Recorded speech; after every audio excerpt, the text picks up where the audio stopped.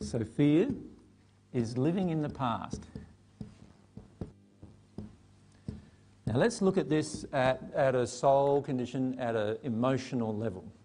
So at the emotional level, what's going on inside of myself is this. I am afraid of, and let's put something in its place. What are you generally afraid of?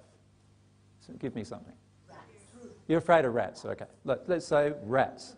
Who's afraid of rats, by the way? Or mice, or any rodents, or any cockroaches, or snakes, or any other creature? Okay, so quite a few. Okay. Spiders, funnel web spiders, whatever, right. Now, all of this is actually living in the past. Now, let's illustrate it. Something happened when I was little, or something happened to my parents when probably they were little, that caused this emotion to enter them that they became afraid of rats. I had a friend, and I think I've mentioned this before, but I had a friend who's afraid of moths. The reason why she was afraid of moths was when she was very, very young, about 3 months of age, her older brother, who was about 3 or 4 years of age, got one of those great big rain moths. You've seen those, right? They're out when the wet weather out. And he put it inside of her clothes in the crib. And she just was all this fluttering going on and this moving thing going on inside of there, and she just went berserk. And her mum come along, of course, to find her, and she's just crying, crying, crying, and in this really state of terror, right, at this point, right? And her mum didn't realise what was going on, and so left the moth there, right? Until the mum realised, of course, that it was actually to do, and until she undressed her, she didn't realise that this moth had actually created all this fuss, right? Anyway, so that was the event. Now, this lady is a police officer now, but she's still afraid of moths. So when she goes up to a door at night to knock on somebody's door to actually look after sort of like a domestic violence situation or something like that, if the light's on and there's moths around it, she can't go in. That's just one thing. Now, what's actually happening is she is living in the past. She's living in that 3-month-old event that's not being released. Can you see that? And it's dictating to her the rest of her life. Right? What happens the rest of her life. Now, fortunately, she can control moths a fair bit. You know, there's such a thing as fly screens, which is a great fear-based invention.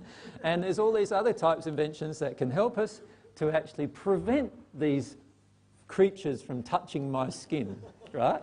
And so what happens is that all of that can be normally done. And then we have all of these sealed offices where we seal off everything and we seal off all the rooms and then we air condition them and get all that happening because it's nice and comfortable, of course, which obviously also gets rid of us from feeling hot or cold. Or cold, by the way, is fear-based usually, and hot, by the way, generally is anger-based. But anyway, we forget about all that.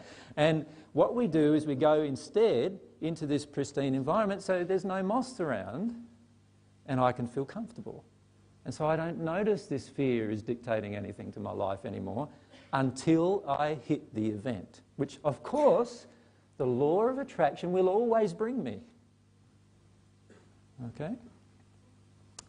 So any fear of any animal basically is a thing of living in the past. So how do we deal with that? Well, first we feel our terror about the event in the past. That's what we need to start doing. Now, that means actually allowing ourselves to bodily experience this terror and fear that's within us and experience that emotionally, and then go into the underlying emotions. And you know what it will be for this lady? It will be that she felt abandoned by those who loved her through the experience. Right? So there'll be some very, very strong emotions about love involved. And to be frank with you, almost every fear you have is going to end up being an emotion about love in some way being involved that you're afraid to experience. So the same goes with a snake or a spider or a rat or a mouse or a cockroach or any of these physical creatures. You see, when you're in a pristine, loving state, all of these animals will just work in harmony with you.